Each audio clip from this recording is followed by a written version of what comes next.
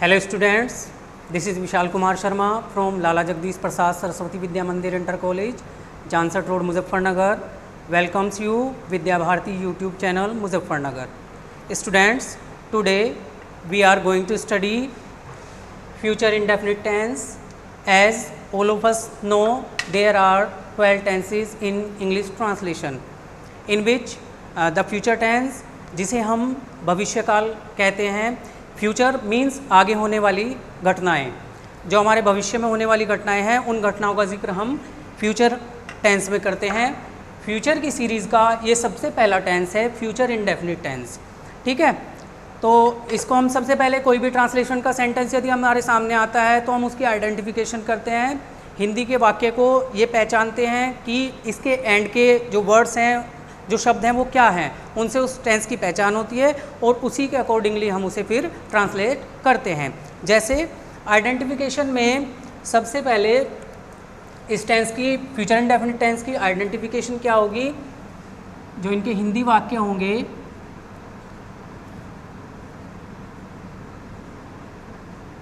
हिंदी वाक्यों के अंत में गा, गी, गे इत्यादि शब्द आते हैं. जो हिंदी के वाक्य होंगे, इनके हिंदी वाक्यों के अंत में गा, गी, गे इत्यादि शब्द आते हैं. फ्यूचर इंडेफिनिट में, पर्टिकुलरली इंडेफिनिट में, रहा होगा,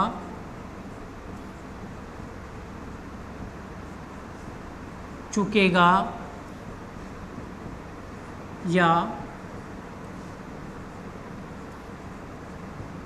चुका होगा आदि शब्द इंडेफिनिट में नहीं आते.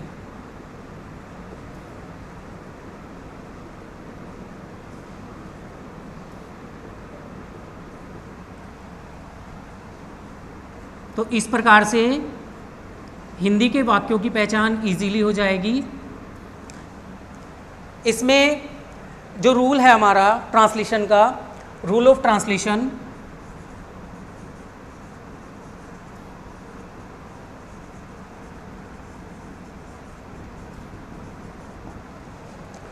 जो आपका आई और वी है उसके साथ में हेल्पिंग वर्ब शैल का यूज़ होगा, और जो बाकी अदर सब्जेक्ट्स हैं या अदर नाउन्स हैं उनके साथ में हम विल का यूज़ करेंगे. तो इसमें आइडेंटिफिकेशन में जनरली, सामान्यतः आई और वी के साथ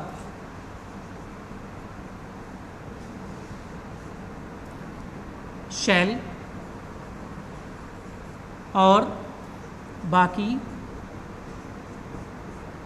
सब्जेक्ट्स के साथ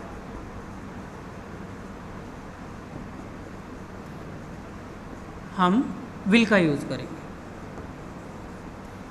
ठीक है, पर्टिकुलरली आई और वी के साथ शैल और सब्जेक्ट, अदर सब्जेक्ट्स के साथ में हम विल का यूज़ करेंगे. एक कंडीशनल सेंटेंसेस आते हैं, उनको मैं आगे बताऊंगा कि उनमें चेंज हो जाता है. जहाँ पे विल का यूज़ होना होता है वहाँ पे शैल का यूज़ करते हैं, और जहाँ पे शैल का यूज़ होना होता है वहाँ पे हम विल का यूज़ करते हैं. सबसे पहले अफर्मेटिव का रूल देख लीजिए.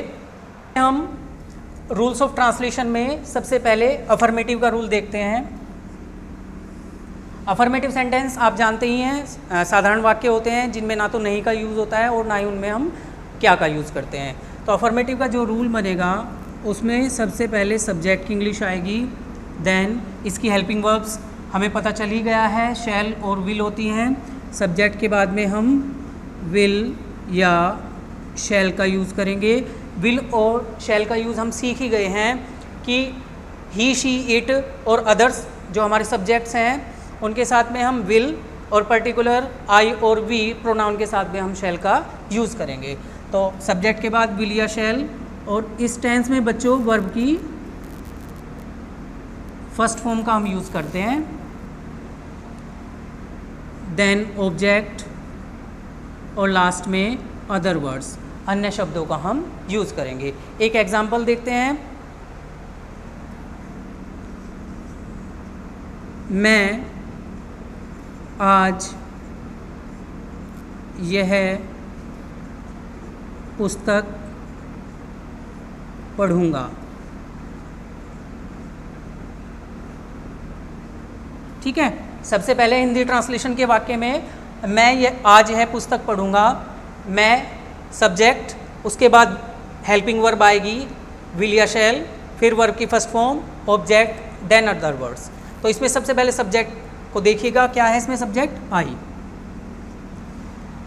आई के लिए हमने लिखा है, आई के लिए हम शैल का यूज़ करते हैं, तो इसमें हेल्पिंग वर्ब क्या आएगी, विल के स्थान पर शैल आएगी। ठीक है, इसमें वर्ब क्या है, पढ़ना, पढ़ूंगा, रीड या स्टडी,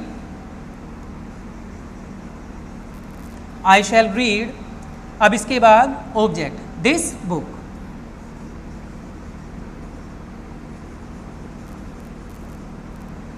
तो इसका ट्रांसलेशन हुआ, मैं आज यह पुस्तक पढ़ूंगा, आई शैल रीड दिस बुक। इसमें ऑब्जेक्ट तक ही है, इसलिए लास्ट में ऑब्जेक्ट आया। यदि इसमें अदर वर्ड्स होते, टुमारो या द नेक्स्ट डे इत्यादि होते, तो हम उसको आगे लिखते। इसमें एक बात और ध्यान रखना बच्चों, कल की इंग्लिश इसमें फ्यूचर में कल के लिए हम टुमारो का यूज़ करते हैं, ना कि यस्टरडे का। यस्टरडे का यूज़ इसमें कल के लिए नहीं होता, ये ध्यान रखना। ठीक है, अब इसमें एक कंडीशनल सेंटेंसेस होते हैं। कंडीशनल सेंटेंसेस में क्या होगा,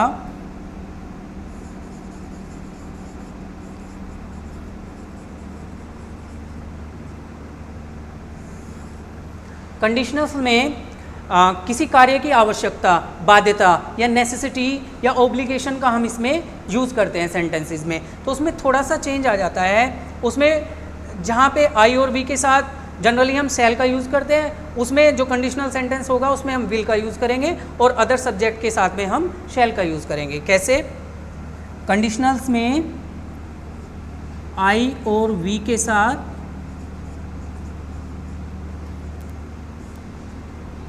विल, और जो अदर सब्जेक्ट्स रहे हमारे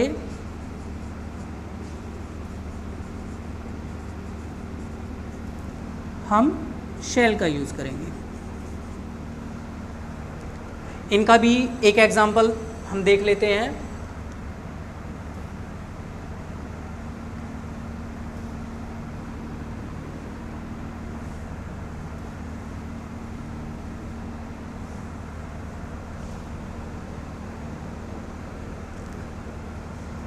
जैसे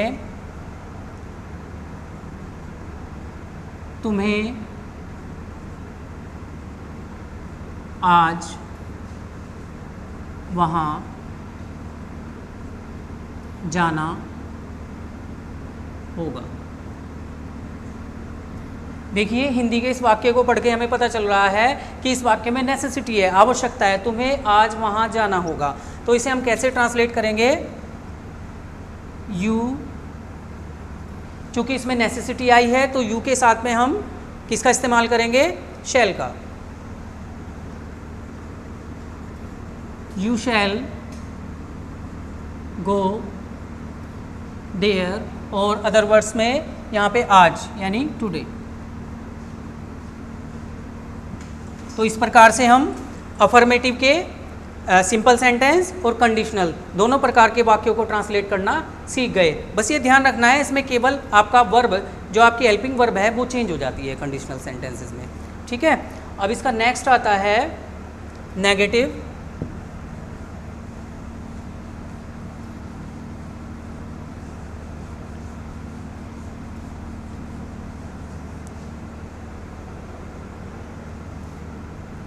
नेगेटिव का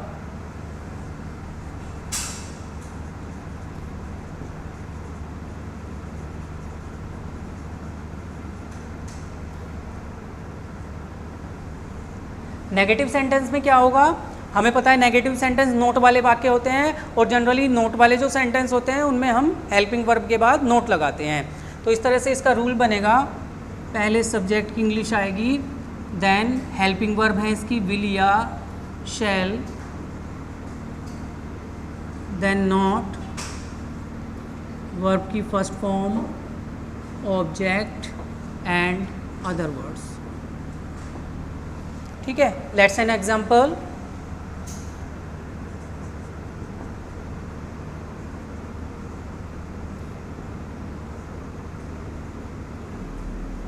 हमारे पड़ोसी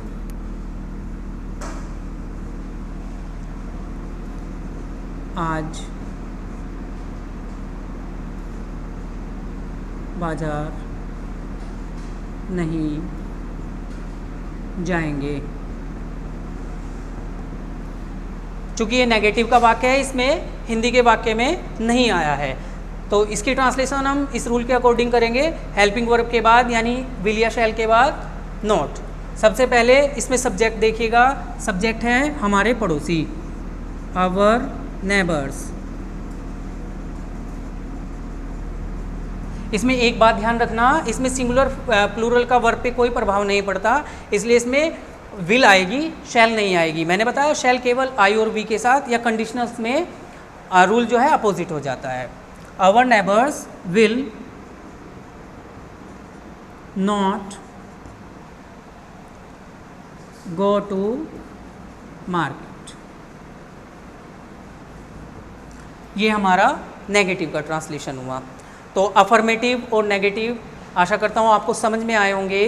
अब नेक्स्ट स्टेप में आता है इंटरोगेटिव सेंटेंस।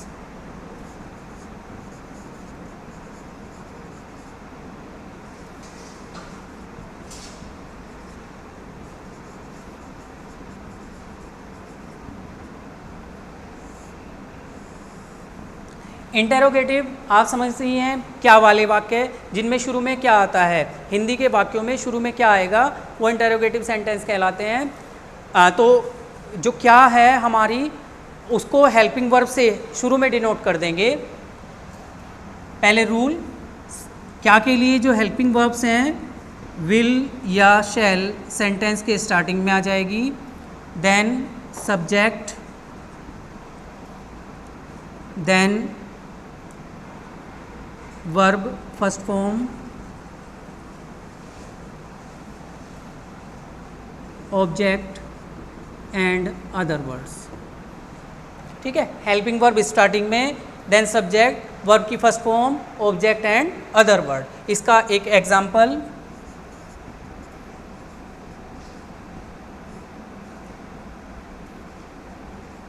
क्या हम पुराने अखबार खरीदेंगे?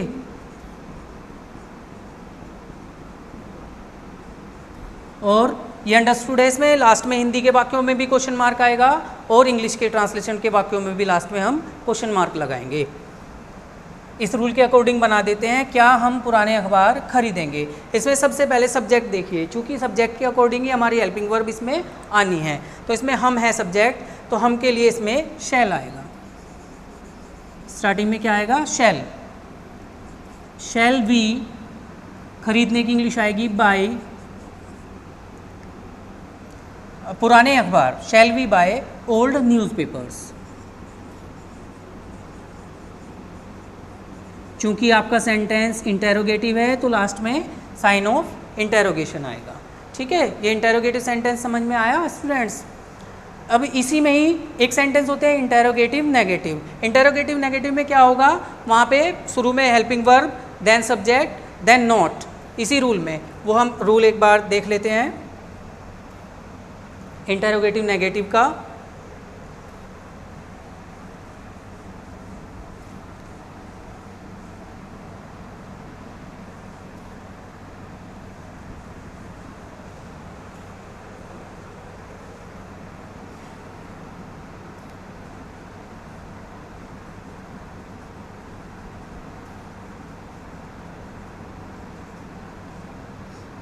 एंड नेगेटिव जब एक साथ आए हों,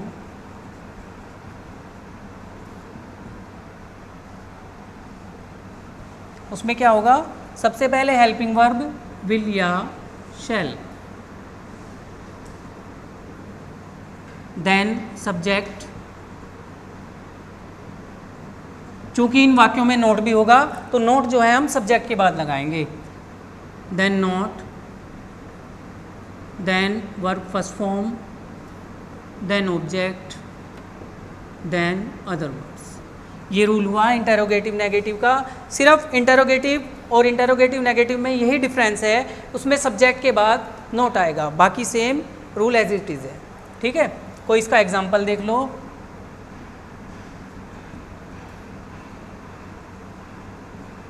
क्या विद्यार्थी आज धूप में नहीं बैठेंगे?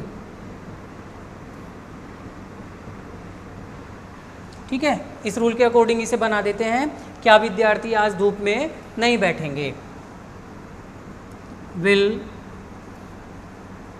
द स्टूडेंट्स, ठीक है, इसमें नहीं आया है तो नहीं हमारा सब्जेक्ट के बाद लगेगा, सब्जेक्ट के बाद नोट आता है तो सब्जेक्ट के बाद नोट लगाएंगे। Will the students not, verb की first form sit in the sun, धूप के लिए हम सन का ही यूज़ करेंगे। इसमें क्वेश्चन मार्क भी आएगा दोनों सेंटेंसेस में, हिंदी के वाक्य में भी और इंग्लिश ट्रांसलेशन में भी। ठीक है, ये ध्यान रखना है, जो भी इंटेरोगेटिव का सेंटेंस होगा जिस भी फॉर्म में वो आया हो, हिंदी के वाक्य में भी लास्ट में क्वेश्चन मार्क लगाएंगे और इंग्लिश के सेंटेंस में भी लास्ट में मार्क ऑफ इंटेरोगेशन अवश्य उसमें लगना चाहिए। ठीक है, एक टाइप और आता है इसमें डबल इंटेरोगेटिव।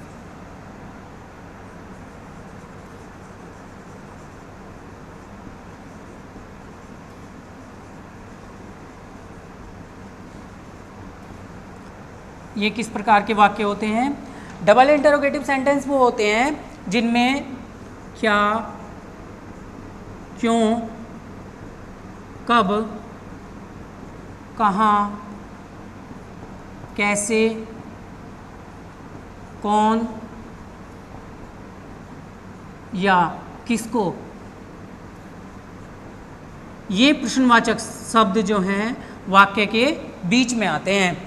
ये प्रश्नवाचक शब्द हैं क्या, क्यों, कब, कहाँ, कैसे, कौन, किसको, ये हिंदी के वाक्यों के बीच में आएंगे। हिंदी वाक्यों के बीच में आते हैं। तो इससे घबराने की कोई आवश्यकता नहीं। अगर डबल इंटरोगेटिव के सेंटेंस में ये शब्द वाक्य के बीच में आते हैं तो इनकी इंग्लिश हम सबसे शुरू में लगा देंगे। रूल हमारा यही रहेगा।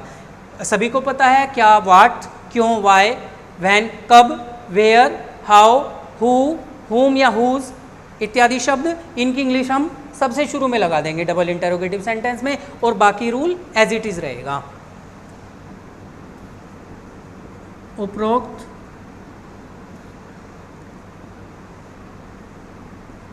शब्दों की अंग्रेजी वाक्य के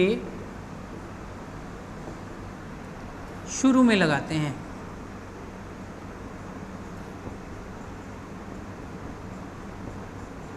ठीक है,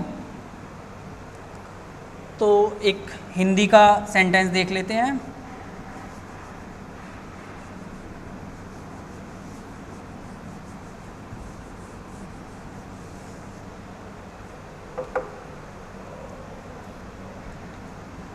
डबल इंटरोगेटिव का पहले रूल,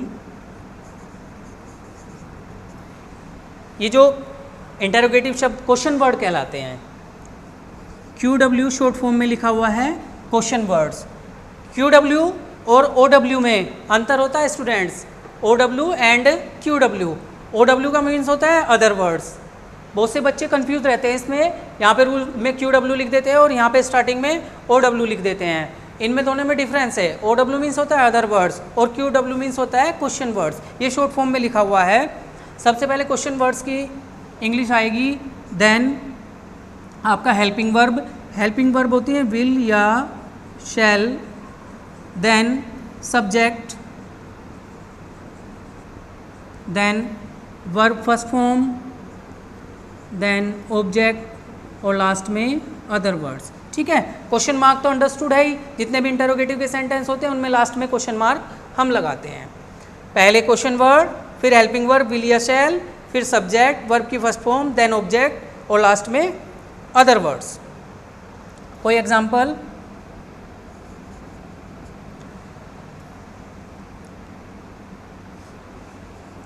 मेरा भाई कल कौन सी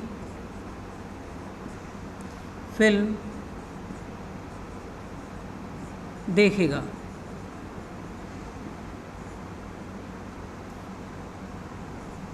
मेरा भाई कल कौन सी फिल्म देखेगा। तो इसमें सब्जेक्ट क्या है? मेरा भाई। और इंटेरोगेटिव वर्ड, क्वेश्चन वर्ड, प्रश्नवाचक शब्द क्या है? कौन सी। तो सबसे पहले इसकी इंग्लिश लगाएंगे, कौन सी फिल्म। क्वेश्चन वर्ड क्या है? कौन सी फिल्म। Which movie will my brother watch कल। और मैंने बताया था कल के लिए टुमारो का यूज़ करेंगे, वॉच टुमारो, और लास्ट में क्वेश्चन मार्क। ठीक है, इसमें क्या हुआ, ये जो इंटरोगेटिव वर्ड था कौन सी, इसको हम स्टार्टिंग में ले आए। विच movie will my brother watch tomorrow. और यदि इसमें आपका नेगेटिव सेंटेंस आ जाता है तो नेगेटिव को कैसे बनाएंगे?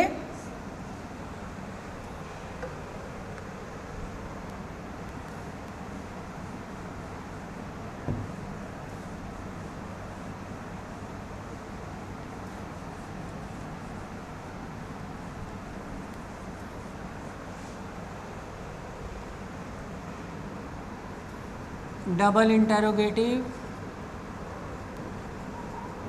Negative.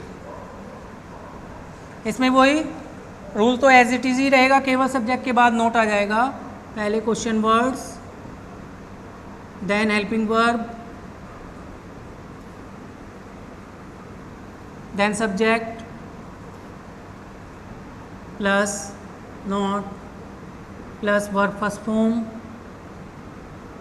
object and other words. Let's an example.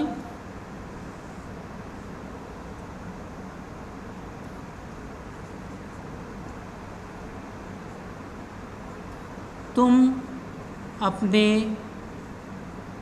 मित्र को क्यों नहीं पीटोगे?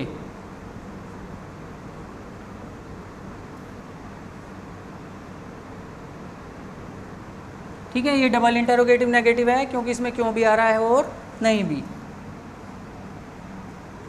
सबसे पहले रूल के according question words, why will you not beat your, why will you not beat your friend.